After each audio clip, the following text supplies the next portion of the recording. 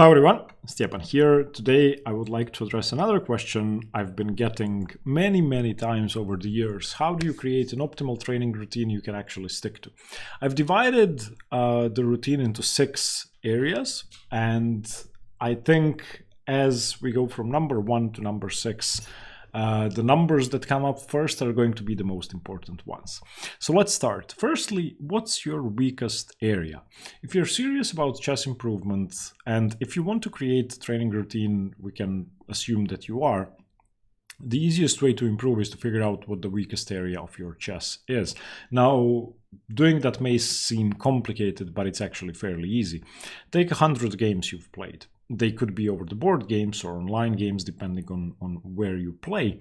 Take them, analyze them, and I don't mean turn on the engine and see the evaluation, because it's not useless, but it's very close to useless. Analyze them by hand and figure out where you went wrong. You can use the engine to help you with that if you're unable to do it on your own. But after you do that for one game, you'll figure out where you went wrong. Did you go wrong in the end game? If so, was it a theoretical endgame or a complex endgame? Did you mess up in the opening? Did you not know the variation and then play the suboptimal move and lost out of the opening? Did you lose to a tactical blow? Did you lose because you weakened a key square? Did you lose because your opponent had a great knight on an outpost? So was the reason for the loss tactical, strategic, positional, in the opening or in the end game?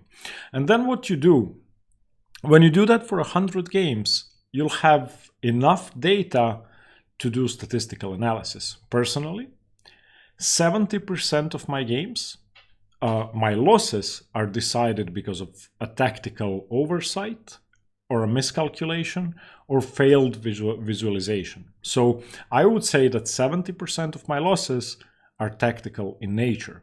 So what do you do with that information? The thing you're weakest at, your weakest area, should be the focus of your training routine, and use the same percentage. So if I lost 70% of my losses because of tactics, 70% of my training time is going to be devoted to tactics. And that's how I do it. I think that's optimal, and I think that's very useful. Number 2, tactics. Now, regardless of your weakest area, you should still be doing the other 5 things. Tactics you can do online. You can do them on Lichess. You can just go to Lichess and go puzzles and just train. You can use chess.com. You can use Chess Tempo. You can use arves.org for endgame studies. We will use them for endgames and for tactics training as well, because endgame studies are basically calculation in its purest form. Or you can use books. Now, there are many useful books. People ask me, which tactics books should I take? I don't care. You shouldn't care either. Do one and then do the next one and do the one after that. They are all useful. I would recommend that you use newer books. So there's a series of books by Georgy Mikhailovich Lisitsyn, 3 parts, pure calculation. I did those 3 when I started playing chess. There are a few mistakes, and if you use the engine, you're going to see that the book wasn't 100% precise. So using newer books is going to help. I would recommend, for people who are my strength or stronger, Agarth's Calculation. That's probably the best book. Now, the next part is Solitaire chess. Solitaire chess is, I think, one of the best exercises for improving your chess. And what you do is you get a game by any player. Usually I choose one player and do several of their games. And you set it to move 5 or 10, depending on how well you understand the opening that's being played. For example, let's go to a game. Let's go e4, and then let's go c6. d4, d5, e5, and let me choose a game. Okay, we're following Carlsen Firuza from 2021, for example. And I'm going to go to a position where I'm not really sure what to do. Okay, let's say I want to do this with white, and I don't really know what to do. Okay, we're doing Anand Giri 2015. It doesn't matter. You stop here. You cover up the rest of the moves. You don't know what's going to happen. You try to guess Vishy Anand's next move. And you analyze. And let's say your candidate moves are c4 and knight b3 and b3 and rook e1 and I don't know, h3, for example. You decide on your move, you make your move, and then you see what the player actually played. If you went wrong, if you did not guess his move, try to figure out whether your mistake was good enough to actually be played or whether it was a blunder. In the opening, you could blunder. In the middle game and in the end game, that's more likely to happen. The point is, once you make your move, let's say we go knight b3, you play the next move for the opponent automatically, and now you guess again. Okay, analyze, make a list of candidate moves. So let's say knight e1, a4, bishop d2 seems reasonable. H4 seems reasonable, bishop e3 seems reasonable. Do the same thing you would do in an actual game. Once you're ready to guess your move, let's say we go a4, you see whether you went wrong. I went wrong, he did not play a4. Then you play what he played and you continue that way. That's extremely useful. By going through one game alone, which should take you about 5 or 6 hours, you will gain so much insight into a mind of a grandmaster, and you will see, you will have definite proof over and over and over again why, in this example, Vishy Anand is stronger than me. And you get information straight away. You don't get immediate feedback during training very often. This way you do. Next coming up is opening repertoire. Now, before we continue with that, I would like to thank Chessbook, who's the sponsor of today's video. If you need help with your training routine and if you want to make your chess training easier, use Chessbook. Chessbook is a tool that helps you work on your opening repertoire, but I also use it for solitaire chess now. Okay, so how do you work on your opening repertoire? It allows you to import your repertoire either by hand or by importing a PGN, which is what I normally do. So let's say I want to work on my black repertoire, import PGN, and I just select the file and import the file, or I can edit something else by hand. So let's say I want to edit in something against the Nimzo Larsen. I go d5 and I go knight f6 and let's say e3 and bishop f5. Okay, I can save the moves to my repertoire. I can keep adding more. The point is you get to practice these moves. Okay, so it will quiz you on your repertoire as you import it, and you can import as many moves as you want if you get the premium version of the platform, which is $5 a month. Now you can also connect your lichess@chess.com account to Chessbook and work on the mistakes you'd actually made in online games, which is very helpful. And yeah, you have to work every day. As you can see, I have almost 1,000 moves left for practice.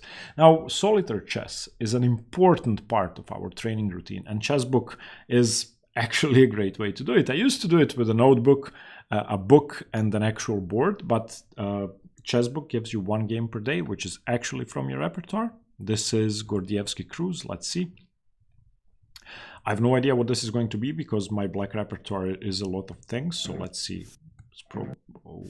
Is it in C? Okay, maybe it's in b3. What? Knight f3? Okay, d5. You get to guess the moves. I've explained solitaire chess. So I go c6 here or knight f6. c6 and then bishop f5. e6 or h6, that depends. Bishop g4 is what I would go here. Okay, here. Now if g4, well, now if g4 I have knight e7. So in this position, I'm guessing bishop e7 is the move. Okay, good. Gordievsky Cruz. I don't know this game. Okay, what's queen e1? Wants to go g4, defend the knight. So now I don't have knight e7 anymore. So maybe I play knight e7 now. Knight fd7 to target the knight. Let's see. Nice. Okay, can I take this? Can I take this? I would take this. No. Okay. Queen b6 seems tempting. Castle seems tempting. Okay, and then you go through the game, you go through the rest of the moves. Obviously, if I'd made this mistake of taking on h4 while actually doing solitaire chess, I'd spend more time figuring out why the move is bad. And yeah, Chessbook is a great tool for both solitaire chess and working on your repertoire. So there's a link in the description. Visit Chessbook. It's a great platform and it has helped me a lot. If you have any questions, leave them in the comments. Let's get back to the video. Okay, so you can use Chessbook for solitaire chess and for your opening repertoire, as we saw. But what do I mean by studying your opening repertoire? Again, depending on your goals, figure out what you wish to do. Do you want to score well in your next tournament, or do you want to improve your chess? And the line between these two things is blurry, at least for me. Ideally, you would like to do both. You'd like to do great in your tournaments, and you'd like to improve overall over a long period of time.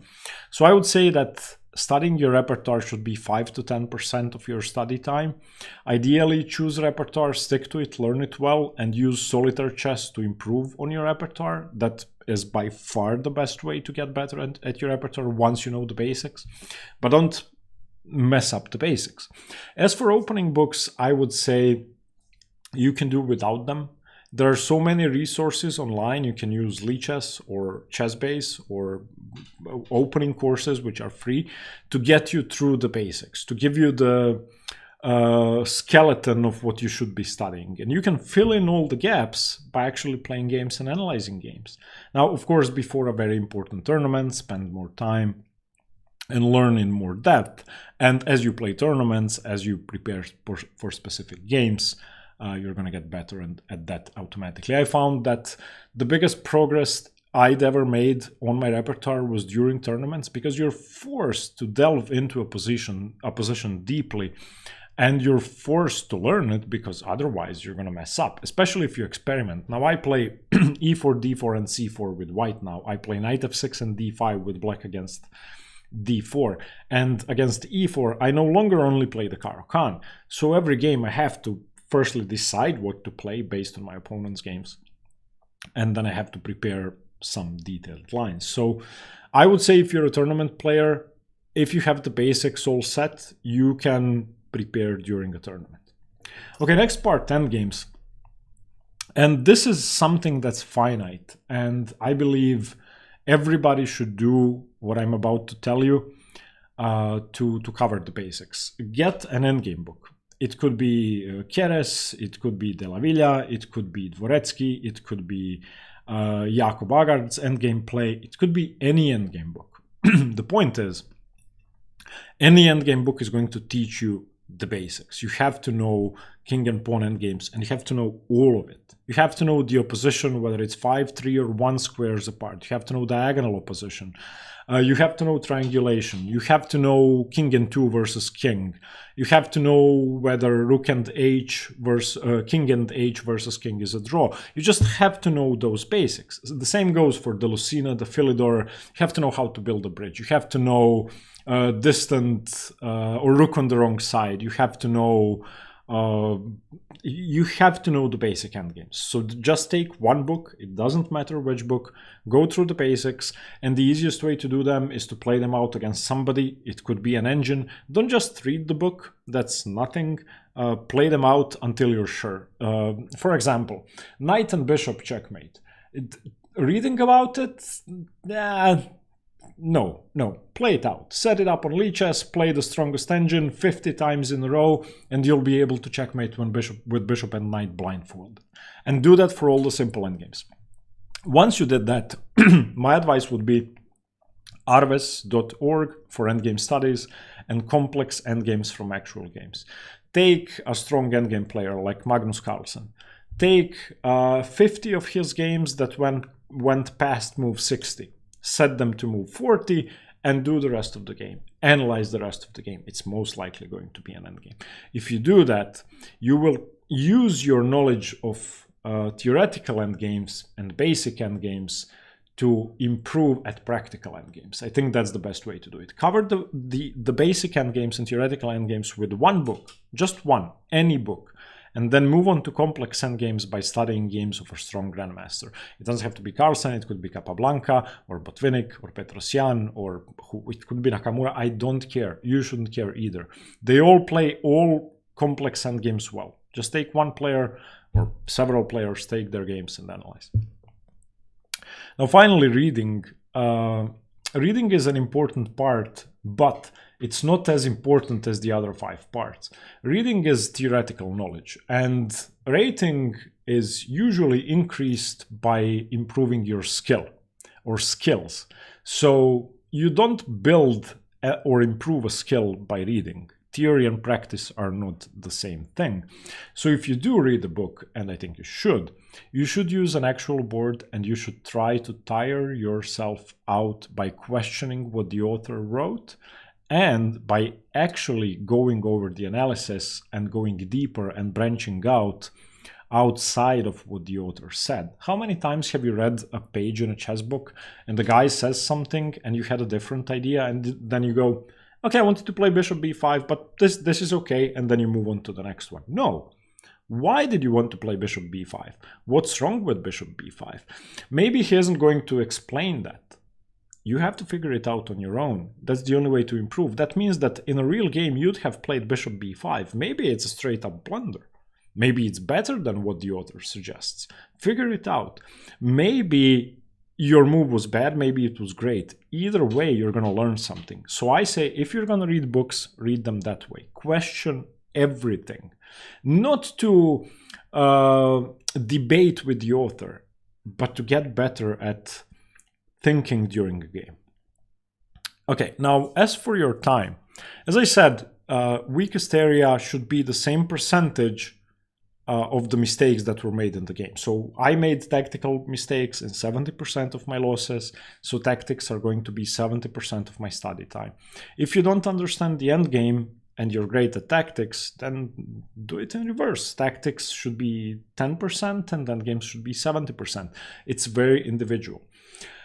It doesn't matter how much time you have per day. If you have 15 minutes, study, in my case, tactics for 10 minutes and 5 minutes for all the rest. If you have 5 hours, do the same thing. Regardless of how much time you have, invest it smartly. The easiest way to improve is to work on your weakest area. Once again, visit Chessbook. There's a link in the description. If you have any questions, I'd be happy to answer them, and I'm going to be trying to answer all the questions in the next few days. Thank you very much. Stay tuned for more chess. See you later. Bye-bye.